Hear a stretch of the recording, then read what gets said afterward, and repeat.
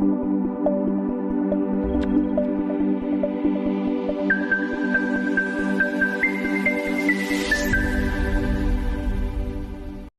book lovers, my name is Carrie and this is Spines and Spoilers.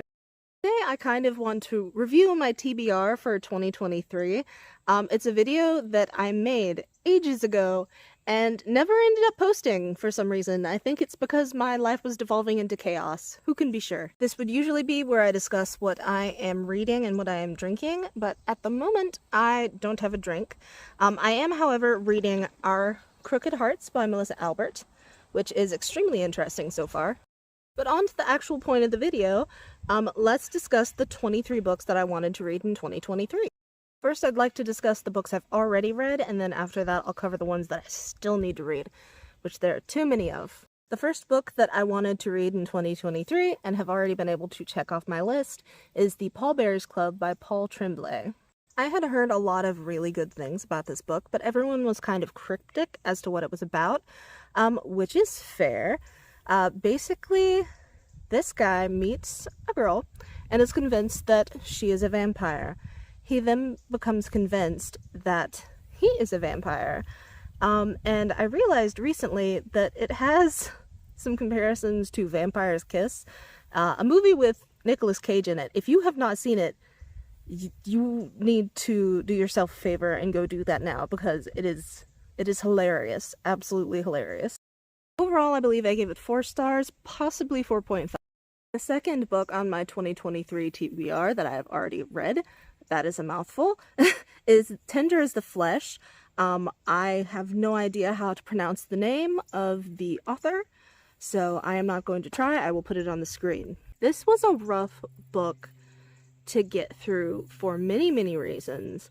If you have not read it yet and are considering doing so, I highly encourage that you look up content warnings first. This one ended up being another 4.5, I believe. It's actually been a pretty good reading year for me. Number 3 is The Inheritance Games by Jennifer Lynn Barnes. Not only have I read it, I one-upped myself and read all 3 of them that are available at the moment. I thought that they were a bit overhyped, but overall still really enjoyed them. I think I gave them about a 4 star, but they were truly enjoyable to read, especially if you enjoy puzzles and mysteries. Number 4 is The First to Die at the End by Adam Silvera. This is essentially a prequel to They Both Die at the End, which was another one of his books that sold very well. It's about the first person who gets the call that they are going to die, and the friendship that he strikes up with another person who has found out that they are going to die. Very good book, obviously a depressing ending. I believe I gave it 3.5 or 4 stars. I don't remember the rating, but I do remember enjoying it quite a bit, so it's probably around 4 stars. Number 5 is Final Girls by Riley Sager. I love a Riley Sager book, honestly, whether it be because they're actually good or because it's one of his more silly books. I've really enjoyed them all. I do think that they're an acquired taste, though. I don't believe that I've given any of his books less than the 3.5 star at this point, and this book is no exception. I believe that I gave it a 4 star. Though, now that some time has passed, I think I would like to lower it to a 3.5, because I think it's one of his less memorable works, even if I enjoyed the subject matter. I keep on moving because the sun is following me. It's still rising, and it feels like every single time I move, it moves so that it's right in my line of vision, like it's right in my face. Number 6 is I'm Glad My Mom Died by Jeanette McCurdy. This was another particularly intense book.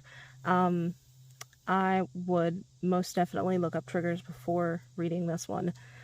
Particularly if you have eating disorders, I would caution you to look up the triggers and maybe make sure you're in the right state of mind before reading it. It's an amazing book, but I don't generally give ratings to non-fiction titles. Number 7 is My Heart is a Chainsaw by Stephen Graham Jones. Not only did I read this one, but I also read Don't Fear the Reaper. Both of them, I believe I gave 5 stars, at least 4.5. 2 of my favorite reads for the year, honestly. Extremely good books, definitely recommend. I was worried that they were going to be overhyped, but honestly, I don't think so. Number 8 is The Sundown Hotel by Simone St. James. I also read her book Cold Cases directly after this, and kind of went on a kick trying to find her books because I actually immensely enjoyed this. It was the right amount of mystery and supernatural horror, which I really enjoyed. Can't remember the exact rating that I gave it because this was at the very beginning of the year, but I believe it was around a 4. Number 9 was How to Sell a Haunted House by Grady Hendrix. This was one of my absolute favorite books of the year. I think I gave it 5 stars, maybe a 4.5, but I'm pretty sure it was 5 stars. I love Grady Hendrix as it is, but this book had a tinge of T. Kingfisher, who is one of my absolute favorite authors, and I think that mixture was amazing. Number 10 is This Is How You Lose the Time War by Amar El-Motar. This one was extremely bittersweet. I did enjoy it, though not quite as much as I expected to. It did fall in around the 4-star range, though, thankfully. It was recommended repeatedly by my girlfriend, so I'm glad that I did enjoy it. Otherwise, that would have been a little disappointing. Number 11 is Book of Life by Deborah Harkness. I did read this one, but I had a realization about halfway through that I am not really into these books by Deborah Harkness, and it makes me sad because I think I really would have liked them in high school. Like, I think they would have been my thing. But now as an adult, I don't know, it just feels very tropey, and I can't really get into it. I think this was one of my only 3-star reads for the year, sadly, just because I could get into it. I could tell on its face that the book wasn't bad, it wasn't badly constructed, but it's just not for me. Number 12 is the last of the books that I have already read from this list, which is Babel by R.F. Kuang. This book was so hyped. If you are on any book medium, Book Talk, BookTube, Bookstagram, Book Threads, Book Twitter, any of those things, you have undoubtedly heard of Babel. It was absolutely everywhere for a while, and I didn't entirely understand the hype. After reading it, I do believe it was slightly overhyped, but it was still extremely good. I was a little worried that I wasn't going to be able to enjoy it because it is, advertised as a fantasy. But in my opinion, it leaned much more towards the dark academia side and is darker than one would generally think of when it comes to fantasy. Definitely worth reading, though, if you don't mind really, really thick books. It's a big boy. That's it for the books that I have already read this year thus far. Now I'd like to discuss the books that I haven't read for my 2023 TBR. Also like to kind of discuss whether I would still like to read them, and maybe, hey, the rating I think I might give them. Who knows? I probably won't do that because if they're on this list, I feel like I would automatically end up giving them a 4 or 5 star. Like, I wouldn't put them on the list if I didn't think I was going to enjoy them. Number 1 is Summer Suns by Lee Mondello. I don't remember a lot about the description of this book. I just remember that it was gay and seemed dark and interesting. It piqued my interest, so I threw it on here. I would still like to read this book because, if nothing else, I'm intrigued by it.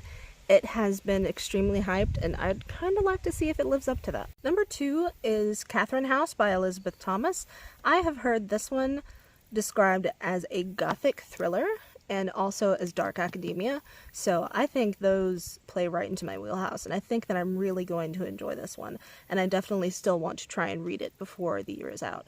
I believe I have the audiobook, so it should be fairly easy. I don't think it's very long. Number 3 is Grimrose Girls by Laura Pohl. I have heard so many things about this. I have heard that it is gay. It is a mystery. It is connected to fantasy, like fairy tales and stuff like that. And it's also dark academia. And all of that just sounds really amazing. Number 4 is White Smoke by Tiffany D. Jackson. I already enjoy Tiffany D. Jackson's work as it is. And I've heard this described as Get Out meets The Haunting of Hill House. And I absolutely love both of those properties, so I think I'm really going to enjoy this one. I'm also a complete sucker for ghost stories, which I believe this is. So definitely still want to read this one and keep it on my TBR for the year. Number 5 is This Coven Won't Break, which is the sequel to These Witches Won't Burn.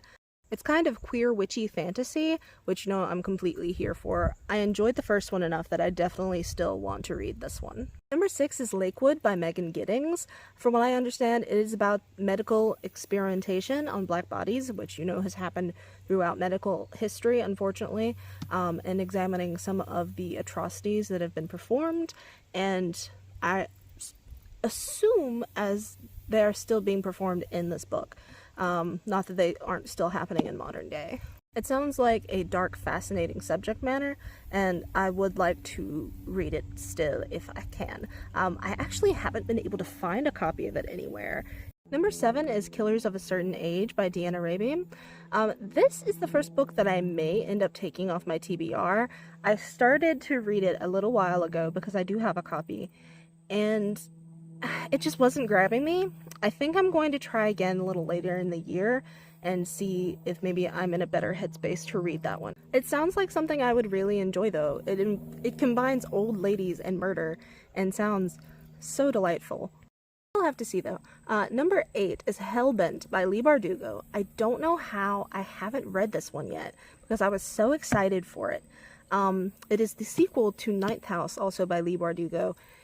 And I'm really excited for it, but I think maybe I'm worried that it's going to disappoint me, and that's why I haven't read it yet. Either way, I would like to keep this one on my TBR. Number 9 is 20 Days of Turin by Giorgio De Maria, and this one sounds interesting. It's Italian horror, and it is about the collective psychosis that sweeps through a city named Turin that results in all sorts of massacres. It sounds very dark and like something I definitely want to read, but I'll have to make sure that I'm in the right state of mind when I do so. I can't be anywhere close to a depressive episode. Number 11 is Sorrowland by Rivers Solomon. This is another one that I'm considering maybe taking off my TBR, but I'm not sure. It seems like it might be body horror to some extent, but I can't really get a read on it. It's about a pregnant woman who leaves a religious compound trying to get free, so that she can basically raise her children in peace, but she ends up being found and goes through some sort of metamorphosis. So I'm a little worried that it's going to turn into body horror, which I don't tend to jive with. There are exceptions, but it's not one of my favorite genres. Number 12 is another one of those where I don't know why I haven't read it yet. It's The Bewitching of Evelyn Jones by Phil Hicks. I have this one. I've started it. I think I'm halfway through. I love these books, but maybe it's another one of those situations where it's I don't want this to end, or I don't want it to disappoint me. I don't know what the deal is. Either way, I haven't finished it. Still want to read it. Maybe I'll do that tonight because they're not long. They're not even long books. I just haven't finished it. Sorry, apparently that was number 11, and it was also the last book that I have not read this year that's on my TBR. Of those, I think I'm going to keep at least 9 on my TBR. We'll have to see how things end up panning out. Either way, wish me luck. Thank you so much for watching this video. I appreciate it more than you know. If you would like to, then go ahead and like and share and subscribe and all that business. What's most important, however, is that you remember to love yourself. Okay?